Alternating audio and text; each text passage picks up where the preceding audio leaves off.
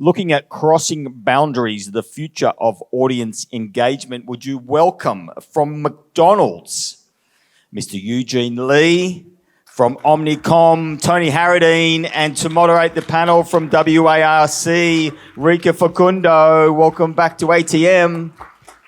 Good to see you, mate. Thank you, Tony. Rica.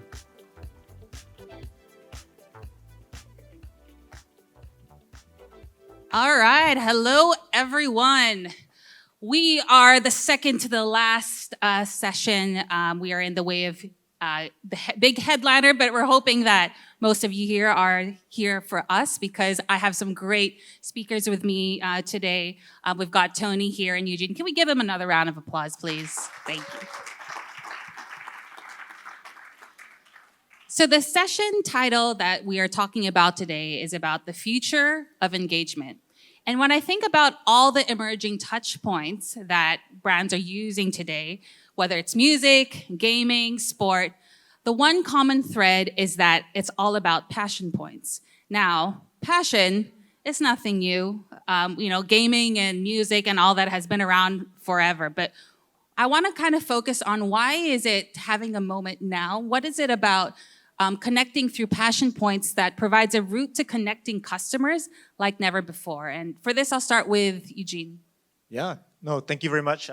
Really happy to be here. I think the whole reason why passion points is coming up so strongly today, I think people are starting to realize, or brands are starting to realize, that you can actually go very deep with this group of consumers, this group of target audience, and you'll be able to really drive an emotional connection with them.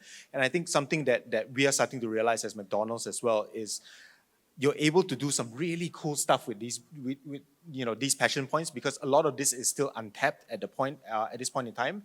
There are no norms that are sort of formed. You can explore a lot of different ways to do cool things with these passion points. Can I just stay with you just one more? Could you elaborate? What did you mean by there are no norms?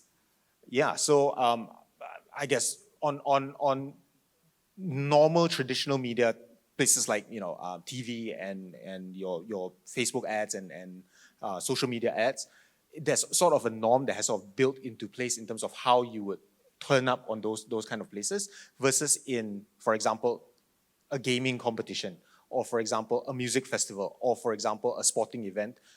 The ways that you can turn up in those places are very new and exciting, and you can really explore different ways to go about it. Still a wild west of innovation. And I think that's a good segue to you, Tony, as the media hat and perspective here. What is it about, connecting through passion points that's, providing some exciting new opportunities in media? Yeah, look, I think when you think about passion points, when you think about emotional connectivity through communications, look, it's ultimately what every person strives for, right, in life, with people, with your place of work, with the things that you interact with, the things that you do. And I think, therefore, for brands to immerse themselves in that ecosystem, it's a very, very powerful thing, right? But it does take some bravery to do that as well, because when you talk passion, you talk emotions, it's a double-sided coin, right?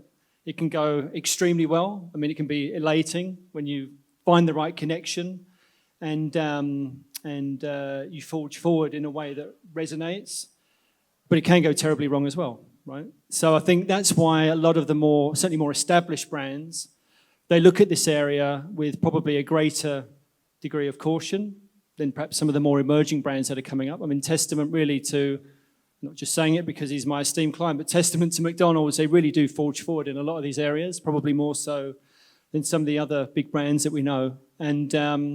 And it's, we'd encourage every client, every brand to look at a lot of these emotive areas of media, like audio, like gaming, like sports. It can be very powerful, and it's just a matter of doing your research, picking the right partner, picking the right agency, and approaching it like you would any other campaign. And when it goes well, the benefits can be incredible. The two things you mentioned here is about the power of emotion and connection to go really deep. For anyone who had a Taylor Swift friend, I'm sure everyone here has that Taylor Swift friend. the depths that they go to live out, their connection and their love for Taylor Swift. But Tony, you had mentioned it's a double-sided coin, right? When it's high emotion, great, you can capture their attention, you can get it right, but then when you get it wrong, you can get it really wrong. And we do have a leading brand here in that space. So Eugene, this next question is for you. When people talk about passion points, they talk about authenticity, right? But that's easier said than done. Like, what is the fine line between authenticity and performative engagement? And, with your experience with your fans that you've connected with, like, what are they telling you about this is what you should do, this is what you should not do? I really like that question, and I'm going to ramble on a little bit because this is a passion point of mine where I always tell the teams that I work with, right, when I'm in the market speaking with them, if you don't get it, don't get into it.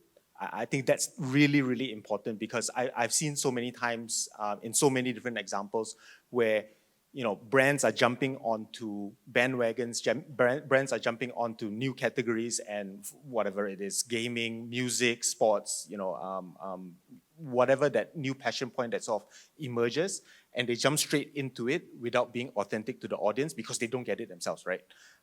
So I hate, and hate is a very strong word, but I hate it when brands just go out there and plaster a logo onto an event, or they plaster something onto a sponsorship of a gaming event that is happening. I'm a gamer myself, and so I get turned off by that, right? And it's even worse when you see advertising that objectifies gamers, right? And you put gamers on a couch with their glasses, holding a controller and looking at a screen, and It's cringeworthy. Yeah, No, exactly. that's what some would say. Yeah, absolutely. And as a gamer myself, I look at it and go like, oh my God, why are you taking that path and going down that route, right? So I think there's a big thing to be said about if you don't get it, don't get into it, and your brand needs to connect really well, and there needs to be permission, right, to be able to engage with that set of audiences. So I think that authenticity bit, it comes from the brand itself, and it comes from the people working on it. Just a bit of a follow-up for you. Just elaborate about how you can get it, right? Do you have to be let's just use gaming as an example. Mm-hmm. Do you have to be a gamer to understand and play in that space? Is everyone on your team gamers like yourself?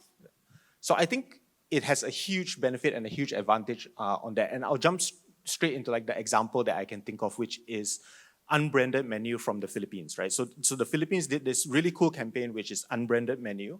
What it was is that the insight behind it was that gamers really like to take screenshots of the achievements that they have in the game. So if you're a gamer yourself, you would be playing a game and you would love to take those screenshots. You would love to take a screenshot of you defeating the level 99 boss, or you would take a screenshot of this cool thing that you found within the game, and you'll be posting it up on social media. So one thing that we connected that to is that most of the food that you find in games actually looks a lot like McDonald's food, right? The burgers and the fries and all the stuff that you see in the games looks a lot like McDonald's food. And so we connected those two dots together to do a challenge called Unbranded Menu, where we challenge gamers to, hey, look, take screenshots of your favorite or food that you spot in the game, of your favorite games, and post them up with the hashtag "This is McDonald's," right? And so gamers were going out there and they were doing that, right? They were going out there and they were looking up in their games and they were looking for different bits of foods that looked a lot like McDonald's, and they were posting it up on social media, and we of course rewarded them after that. But that insight wouldn't have come about if the people working on the campaign weren't gamers, right? Even being able to understand the insight that taking screenshots of your in-game achievements, that is something only a gamer would truly, truly know about. And so the person on the client side working on the project was a gamer. The person on the agency side working on it was a gamer. And so that's where you get the magic, right? And that's where it becomes really authentic to the audience that you're doing, where your execution and everything that you bring to life is true to that audience. You need to have the right person to spot the opportunity, or else it's just like another person screenshots on their phone, right? Tony, yourself, can you share any examples from our region that kind of shows that brands get it? And what did you think that was quite effective about what they were doing? I mean, look, that example is fantastic, actually. The unbranded menu. I mean, again, just to further that, because it was a fantastic example in the Philippines of an innovative idea, but almost taking a traditional mode of advertising and turning it completely on its head. And it shows really the evolution of a lot of these areas that we're talking about today. But if you think of product placement, I mean, it's existed for 120 years. I mean, the Lever brothers were doing it in the 1800s. That is almost a perfect example of a product placement, but reversed. So the product's already placed, and it's the users that are finding it and engaging with it and really amplifying it. It was incredible, actually. Really strong example. But if there's plenty more, actually. I mean, I think when you look at some of the other areas that we don't know, the metaverse, I think, was a great example, right? My Happy Place, another great example of engagement levels with communities in terms of interactive games, building avatars, building food, building burgers, and bringing that back to some sort of measurement result or criteria. So again, sort of a full funnel experience from a marketing perspective, incredible. And then if we look at other areas outside of gaming, like audio, I think obviously there's been a fair bit today about that, but another client, just to mention HSBC, some of the work they've done around, I think it was the Bread and Better campaign that they did. Again, sort of formidable results we've seen off of those. Yeah. Tony, I really love what you said and want to call it out, right? Which is the theme that we're talking about today is future audience engagement, touch points, gaming and whatnot. But you said that example was a foundational product placement strategy, but just done in an emerging new Correct. way. And I think, at WARC, we always talk about the fundamentals and just rethinking how you do fundamentals in new environments. So can you maybe elaborate a little bit more about that and kind of maybe this kind of new type of thinking that we should go into when we talk about emerging touch points, whether it's gaming, it's sport, it's music and whatnot? Yeah, I mean, I think a lot of these areas are evolutions, right? I mean, even when you look at KOL influencer, which again, probably has exploded over the last 6 to 8 years, and probably kill me for saying it, but it is really just an amalgamation of other traditional modes of media. I mean, the advertorial and user-generated content coming together, right, and creating a new format.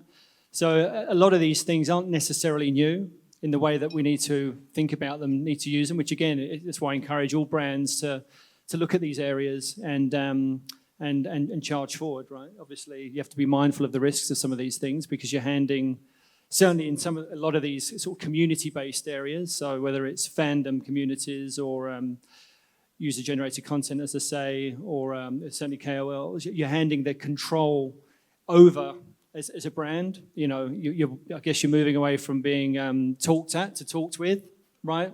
And that's a massive shift. And with that comes inherent risks. But when you get it right, the rewards are immense, absolutely. That's a good segue to the next section I want to talk about. At WARC, we have to talk about effectiveness. And, the future can be quite exciting and sexy, but actually the future is really, really scary. How do you make the case to invest in, emerging spaces, emerging touch points where we know our audiences are, so that, we can keep doing that and continuously build that connection? So let's kind of open up to maybe the myths in these emerging spaces. Eugene? Yeah. I like that question because it's the myths around it that people have, even I see within the McDonald's system, right? If we go too deep into this specific target audience or this specific passion point, how many people are there to sort of speak to, right? And what is the audience size? Am I really going to get the reach that I need? Am I really going to create any impact? But one thing that we've learned over the past few years is that you really need to go deep in order to go wide. I think someone earlier spoke about this as well on the stage, where being able to connect very deeply with the hardcore target audience first, they will help you sort of amplify it further. And I'll use a very recent example from McDonald's where we had a global campaign around anime, right? So this a really cool campaign where if you watch anime and you're a hardcore anime fan, you will notice that a lot of the fast food in the anime universe is actually inspired by McDonald's, but in order to not get sued, and there's copyrights involved, they actually flip the M upside down. So it's instead of McDonald's, it's WcDonald's, right? So it's WC instead of MC, right? And so that's a way that they get away with it. And anime fans will realize this and they'll know this. And so we rolled out a campaign to celebrate WcDonald's, right? And to bring that to life, to say that, hey, look, we're not against it, and we actually love the fact that we are spoofed and we are, brought into the anime world. And so we created a campaign globally that celebrates that, and it's about McDonald's and bringing that to life. The hardcore anime fans loved it, right? And they really appreciated the fact that we are celebrating them. The casual anime fans, like myself, that don't really know too much about the McDonald's universe because I watch Naruto and there's no McDonald's in Naruto, is suddenly seeing this on my social media, right? That the hardcore anime fans, which are my friends, are posting on this, right? And they're saying that, oh, I love the fact that McDonald's is celebrating this in the anime universe. And so I'll go and try it, right? And I'll go and, check out the campaign and see what they're doing. And then I bring that food back after I buy it and I show it to my wife that is not an anime fan and doesn't watch anime at all. And then she suddenly gets influenced around it, and then this is cool, right? Why are they doing this? She'll ask those questions, I'm able to answer. And so that's sort of the amplification. And that to me is the biggest myth that I would like to dispel, where it's about going deep to be able to go wide. Yeah, look, I'd say with respect to dispelling a couple of myths, I think there is a misconception from a lot of clients, a lot of brands, that these new emerging areas, or arguably are already emerged, are somewhat overly technical and overly complex, and they're really not, actually. I mean, it's the same as any other campaign that you would do. I mean, as long as you set the right measurement framework, as long as you pick your partners carefully, and as long as the messaging or the content resonates with the end user, then it's like anything else, to be quite honest. So I think that's probably one myth. And also misconceptions around things like specifically gaming, target audience is younger. I mean, these things, it's just fundamentally not true. So there's a lot of things I think that you could dispel, to be quite frank.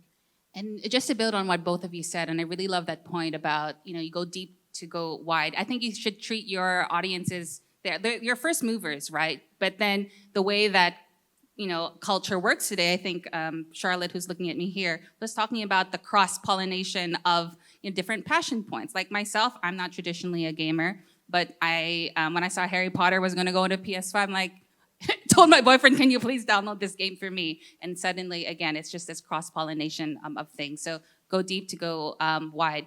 Tony, follow up with you. You spoke about measurements and frameworks. Can you talk a little bit about how brands can set themselves up for success so that they are setting the right objectives and measuring the right things when it comes to emerging spaces? Sure. I mean, look, measurement, as we know, is a very fluid thing. It's your area of expertise, right? It's our area of expertise. So, look, I think the key is that it's certainly in these new areas that it's more of a three-dimensional approach to it. So obviously you've got a lot of traditional metrics that you can measure against.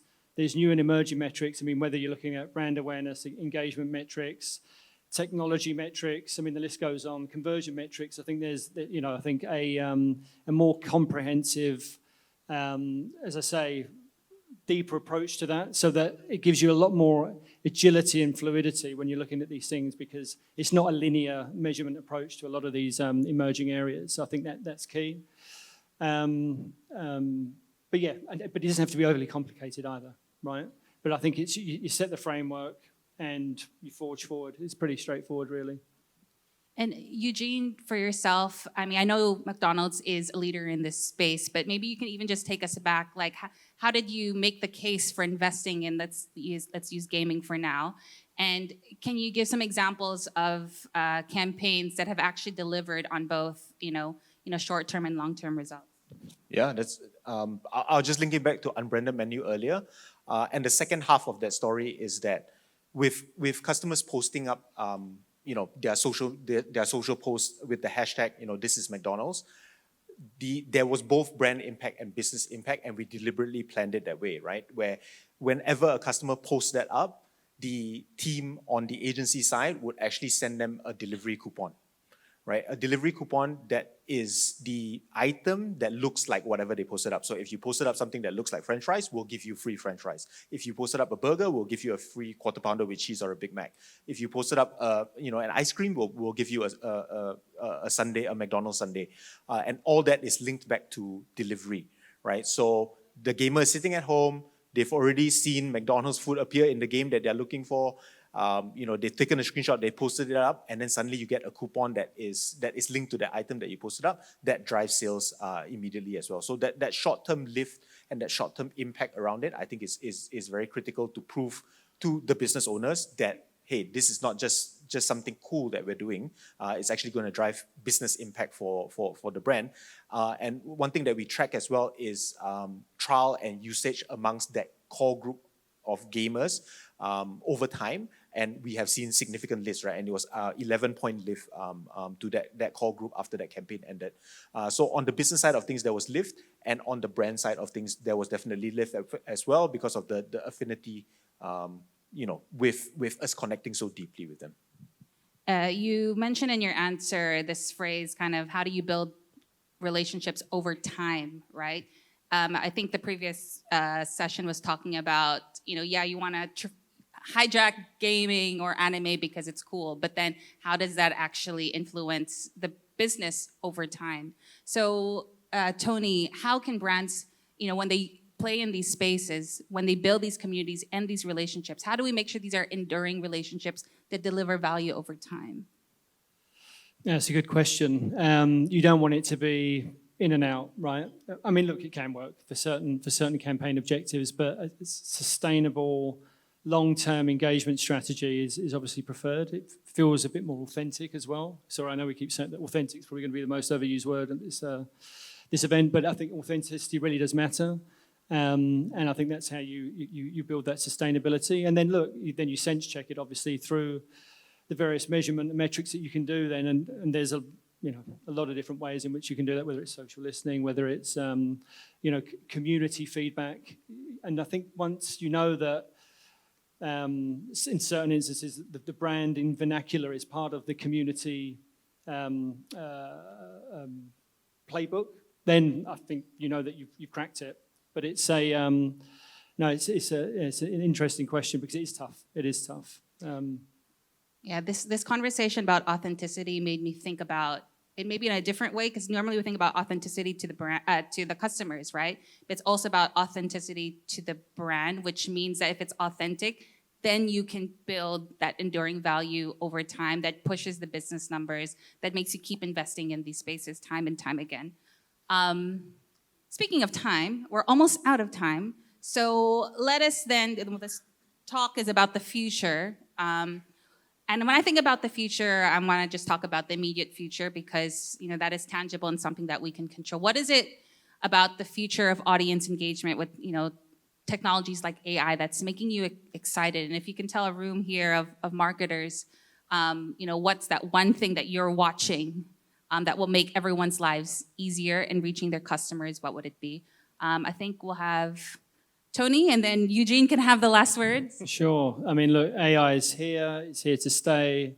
It's a revolutionary happening, but happening probably at an evolutionary pace within our world, right? Because obviously the ethical components that we have to be very mindful of and continually sense check ourselves against. But it's, harnessing its power is going to be incredible for our business, for our clients' businesses. I think the element of, we spoke a lot earlier about co-creation on other panels, right?